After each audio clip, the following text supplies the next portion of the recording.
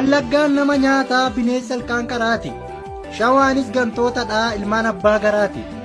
Harargeen baala nyaataa cicciree akka re'ee. Jimmaanis ni baqataa daangaa saawudii ce'ee. Baaleedis lafa qotaa gowwaa dhoomaan beeku. Arsiif walloonis lugnaa daangaa abbaa isaan eegu. Jettee inni afuuftu mandara oduu teesse.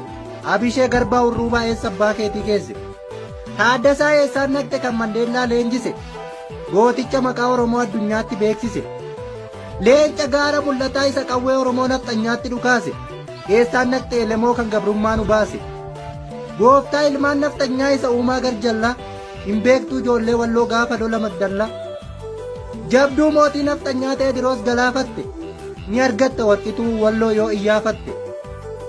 Baalee jechuun icciitii labata qabsoo cimse. Ijoollee adamsa addoo warra icciitii liqimse. Arsii jechuun arsooma. Arsoomni qorsoomadha ijoollee nadhii gammadaa. Kutaatti nun qoodinaa ilmaa warra abbaa gadaa. Ijoollee shanan gibee Jimmaa labata mootii. Boorana Gujii filuun ilmaan abbaa tokkooti. Isheen kutaan nu hiruuf guyyaan gugguuftee mugdu. Suuqii dhaqxee bitattee barakiinaa dhugdu.